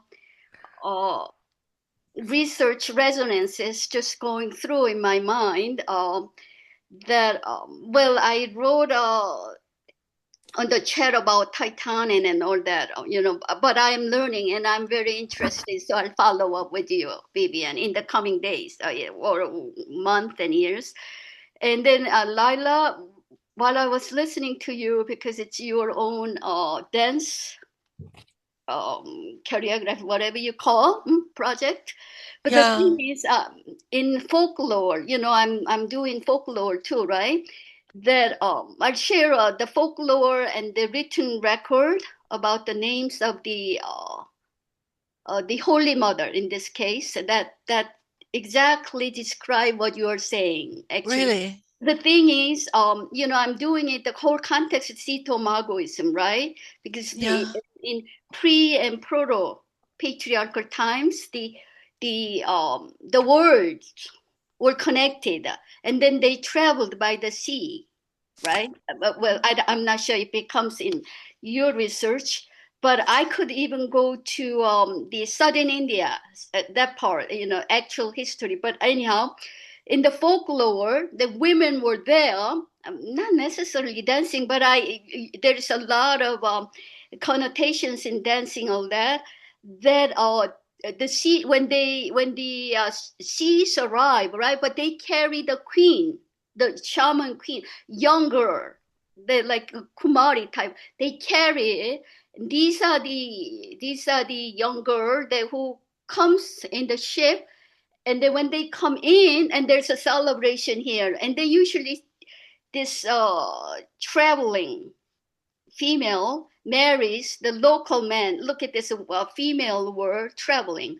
Anyhow, there's a dancing there, and then when they depart in Korean Muism, shamanism, always releasing the ship in the sea, welcoming the boat, releasing the sea. Anyhow, there are too many what do you call instances that I cannot really recall. But I'm going to come back to the your own dance theme.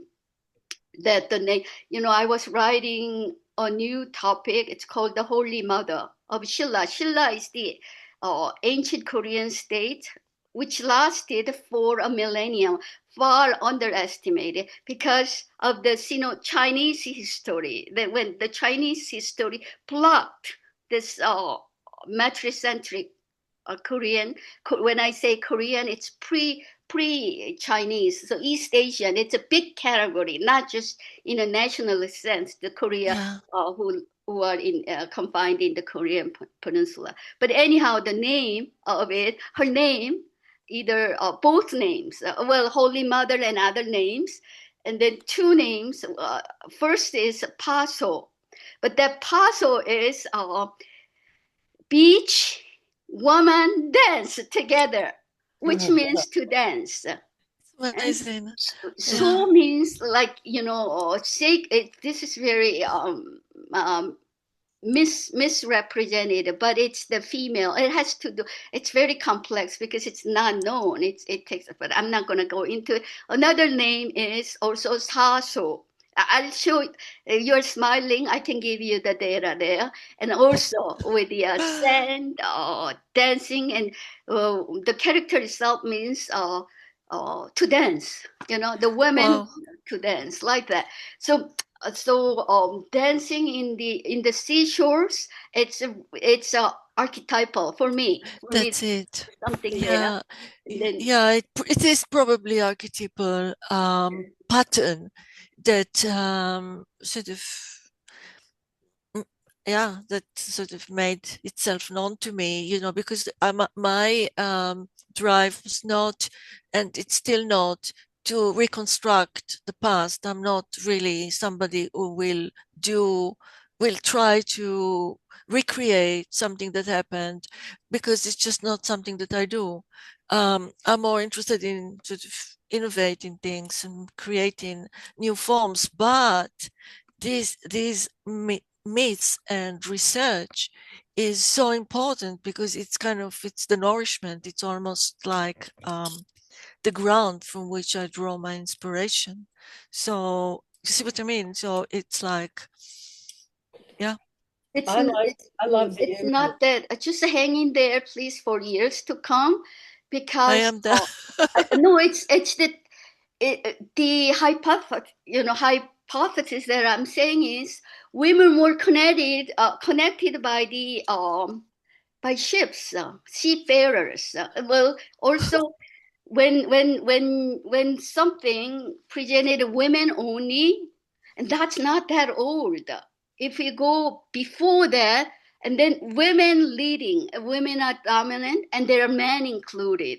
So, but when history goes and patriarchy rose, then women took the sort of what do you call the arms, and then warriors come. So you see what I mean? Then they exclude men. They begin to crush the man and suppress men. Then there's a really harsh patriarchy fought back, and it comes that way. So that is the sort of the thought that running through my mind. Okay, thank you. yeah. I think one of my favorite images in doing this research is the ocean waves as the front of a horse with a priestess riding the back and with the tail, the long tail, the Nereides. And and if you sit and look at the ocean, they are like horses coming continuing. And they were 50 priestesses. There were Right. 50. It's So no, just, it's usually dragon, Helen.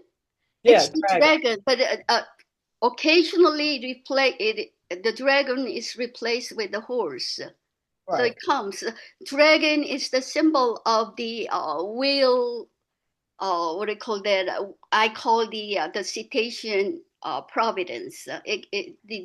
The whale's impact on the planetary beings. That's the dragon, right? But then Right. the dragon is replaced together with a serpent and then horse too. So when anyhow, No, what I'm that's trying to very say interesting. is some connections. Okay. Maya, Do what? what's her name? Marna. Can I Marna. also jump in too, Helen? Yeah, sure.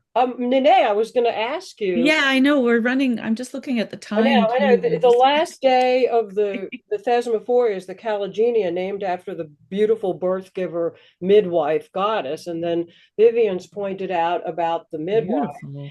And I just want to mention, and then you please do talk about rebirth in the womb tomb and this third day of the birth Mhm. giver. Ergot is used to alleviate the pains of childbirth, and this is one of the psychoactive substance. It's also used to aid abortions. Pennyroyal is to aid abortions, and it's used as a contraceptive and to stop nursing and lactating. And then myrtle was used as an antiseptic. So just please enlighten us about the midwife, the midwifery of both Hecata and Kalagenia. Well, I really like, I mean, it's so beautiful because just the opening too with Laura's dancing, um, I'm struck by a lot of the hand kind of holding and the wrist holding wrists makes so much sense because you're not going to then pull your partner's hand out or whatever. That's not necessarily connected to birth, but just weaving in the patterns. And Laura, when you put up that thing of the dance and the steps, because I'm also a weaver, I saw weaving patterns, and then you mentioned it's a weaving, and I thought, oh, that's so beautiful. And there's just so many threads. Like I wouldn't really be able to comment obviously on ancient women's uses of those herbs, but in birth, but certainly all those plants that were all over the ancient world and everywhere are going to be used. I think the biggest thing, and maybe just the overarching theme of birth, and I love that I had not completely caught Vivian that Hecate is a midwife. I don't know where I missed that. I mean, because she's been put into that realm of dark, negative goddess, crossroads, but that makes so much sense. Crossroads, life. And I also just think like the view of death of the ancients was not what we think of death now, like because the rebirth thread was so there, and that's the Gimbutas, that's in I think Helen's work coming out, that the rebirthing thread, and because we have really in this time lost a really deeper understanding of birth and rebirth and just in our lives continually rebirthing, and that these rituals were so much about bringing in the birth threads, as whether they were mother daughter or the dancing or the going into the dark for 3 days. That's like such a womb rebirth metaform, like Judy would say, that we need these continual experiences and reminders of being connected to coming in and out of our bodies through the earth, through Mother Earth, and that this role of the midwife, I suppose literally and metaphorically, of holding space for this. And this space holder to me is also that image of women in circle dances, like holding space together in the circle, and the midwife as space holder. That to me starts to become who the goddess is, or creatrix, or so there is that affinity between midwife, creatrix, holder. There's Um, there's an and understanding. and Oh, okay, you and may oh want yeah, to just finish. one more thing about the waves, because the waves, we just a very distinct physical detail of women in labor have giving birth is it comes in waves, and we actually call them waves instead of, if we want to have another word, instead of the obstetric word of contraction, which kind of feels tight. One nice way to call them waves, because then you breathe with the wave. And it's a wave that comes through for anyone who's given birth or witnessed a lot of birth. You see women go in and out of that wave space. So it's really beautiful what I heard too in Lila's dancing these waves, because again, we're dancing the rebirthing process. I don't want to be morbid, but I noticed at my father's death comes in waves as well. Mm. And I had just given birth. So I was like, oh my, maybe Saw the connection. the connection was really, really something. Myra, I wanted to say one thing about your presentation, because I was thinking so much about the Apple Queen and how the festival itself has generated the celebration in the United States. And the apple is like the perfect metaphor for the Earth Mother, because it contains the seeds. It gets smaller as it falls from the tree, and then the water hits it, and then it expands again. So I just thought it was just a beautiful metaphor that they pulled out of this whole thing to bring to the United States. So I want to thank you for that. I thought a lot about it. Yeah, thanks. I've been with the whole learning and since the first talk too, and really aware of also then the way that Hecate got erased in the bringing of it to America. Um, and maybe I'll share now this poem that came, and I've been interweaving what you all have been saying into the poem too today to expand it. This because I really feel like I want to now bring Hecate back into the Granges. And subsequent to this, to the conversation a couple of weeks ago, I've been talking to a couple of the women there about creating an oracle deck where we kind of bring some of this material to the Grange people, and also bring the goddess part of the Grange work kind of forward. I don't know, So anyway, so this piece, is it okay if I share this now, Melania? It's called Looking for Hecate. We turn to you, great grandmother of creation. Twirl beneath your glowing body, small graces before the ancient whirl and call of your wholenesses. We have long hungered in the memory of your boldness, cosmic mothers of night who gather the women for the journey. We prepare again with your guidance, grandmother of creation. Invoke the flames that touch the stars in long nights' celebration. We hold the hands or wrists of the wandering daughter and the restored and restoring mother, preparing for the journeying to come. Hecate, this is a quote, teacher and revealer, goddess of midwives, mother of generations, guide who bears beautiful offspring, key keeper, mother of us all. End quote. We follow your two-armed light staves, waxy mullen, wanded grandwoman, leading us to ocean, leading us into earth. Remembering wholeness from the whirling whorls of grandmother, we remember you and gather in the horns of stars with the moon, ancient grandmother of mystery and boldness. We are made strong in this renewal, great grandmother of wholeness.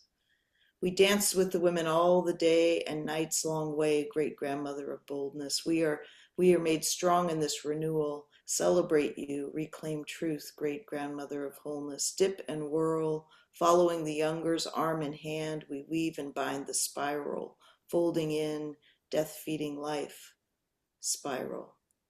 Going to the ocean at the threshold of earth and shore, entering the depths, entering deep mother wisdom, reflections in the movement, rhythm of the water, renewal, restoration, regeneration, reconnecting with the matrilineages, held in deeper knowing, help us shed the subtle shackling, reclaim the essence and the blessings in the womb of cosmic star fields. You bring us back to brightness, our lustrous astral tides, holding space in circles, dancing women, horse, dragon, serpent, bringing waves, breathe with waves, gestate our possibility, a world imperiled and forgetting, birth our remembrance and resurgence, grandmother of us all. Within, in birthing generations and nature's restoration, we offer thanks and praises, guides and guardians, regenerate our relations, grandmothers of life. Maiden, mother, matriarch, crone, we reclaim and exhort the blessed ones, singing, humming, tuning, bodies all entwining, jangling of the cosmos with the rhythm of the feet, and the larger cosmic flow. The regeneratrix returns and blesses. Maiden, mother, matron, crone, all around us, whole and bold, complete.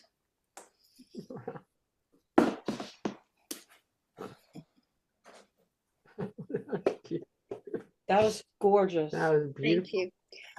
Thank you. Thank you so much. I wanted to say about the dance coming to, because we're focusing on dance today, that if Danica was there and she said that it's the color costume, color dance, the thing is, but what her work, for me, it's why it's important, because she's connecting this color dance with the Slavic great goddess. She said, "Ma." That sense makes sense. Another thing that I want to share, the dance actually, she says color dance, and then Koreans also have Gangangswole. This is the female dance, young ones, that it is danced under the bright moon. Actually, it sort of visualized the dance itself, visualized the rise and the fall of the moon phases. That's one thing. So it goes together. So what I'm trying to say is not just dance itself. For me, it's too obvious. It's the human expression of joy, celebration. But how does dance really connect to us, this matriverse, the bigger category that we want to? I offer this opportunity for us to come to see some where it connects, where our research pieces connect within the region plus, but it goes out. But when we reach to the Helen B's research always goes to the the calendar and the constellations, right? In that sense, it's the bigger category. It's I personally encourage us just not to forget why we are doing it. You know, there are a lot of venues that you could really publish your research, your papers, present at conferences. But when we come together under this rubric of creatrix studies, I want us to connect with something that is even unknown. Like me, I'm coming from totally different context, and you think that I am a bit little too much or whatever, off the tune. But that's precisely I am shaking off. Don't be too content with this. European context has been studied by men and women, for the past this whole 2 centuries. Whereas other parts, they're not read because it's the hegemony works, the English language in East Asia, Chinese. So you rarely hear this, unknown, but there are voices that really, women voices, female feminist scholars, they don't give up. They do this one life or death. So that's why we are here for me. Okay, thank you. Thank you very much. Yeah. Laura raised hand. I think we come together and Laura that's strength. That's our strength because Eastern culture, Greek, Celtic, all of it comes together. I mean, it's part of our comparison, and the more we find the comparison. Marna, I'm curious, did you write that as we were talking or before? Because it seems to be a perfect abstract of everything. You had the dragon. Some of it came this morning, and then I added to it as we were having the session. Yeah, that was brilliant. That was brilliant. Share the poem with us. Sure. Yeah. Mm-hmm. Oh, please do. And that shared what we're doing. Dancers together, study from all over. Just looking at putting it together. And Helen's right. You can't do that in any of the platforms that have been presented to us traditionally. You know what I mean? So our Creatrix Forum, I think, does that, where we can actively work together and discover things. So yeah. And Lisa, we haven't heard from you, and Heather. She doesn't see. You know what, Ellen? Maybe. Laura rose her hands a while, but anyhow, go ahead. Before we just before, we've only got 3 more minutes, but I thought if you had to speak, I'm not calling on you, but if you had anything to say. Lisa. I think I was just thinking the whole dance theme is, the embodiment of everything, that you're embodying the thoughts, Yeah. Nice. Well said. Uh-huh. Well, the biggest thing that I think about, and this is the Atlantic Ocean on Assateague Island behind me. This is a picture that I actually took, and with the fire that we had. A German phrase I learned in high school in first year was am Strand entlang gehen. And it's to walk where the water meets the sand. And it's that liminal place that's always changing. I'm a swimmer, and I was a navigator in the Coast Guard. And just a lot of that for me is really about that existing between those two worlds of you can't completely be in the water, you can't completely live your life on land, and that conflict, and how do you choose at different points. I had said in the comments that I always come back to thinking about Salkis, which is the mythical, there's seals who can take off their skin and they're human. And if you peel away all the patriarchal garbage that has been put upon that story and phrasing, I think it gets to a really deep truth about who we are as people and how much we desperately need both. So that's what sprung out of my mind at this moment. Wow. It's brilliant. That's very much in accord to what in correspondence to what I was describing. Exactly. Yeah. And I also just want to say that it has been researched, ancient culture and mythology and everything, but it is not really widely discussed in relation to like dance or film and the arts. And that's why I was very happy, I mean, about Ellen Review, because she was able to look at what other people wouldn't, basically. So I think that this is probably what is needed more, is the discussion of these archetypal themes and those ancient lineages of women and wisdom in relation to what we do now, you know, to our creativity and whatever life existence now. So that's what for me is the value of even this discussion. Yes, Helen. Helen B, Helen H. how about this? I am going to stop recording and we can continue about a few minutes because Laura, I don't know, are you watching this? You got to moderate too. That she, so I'm going to, here, I'm going to stop.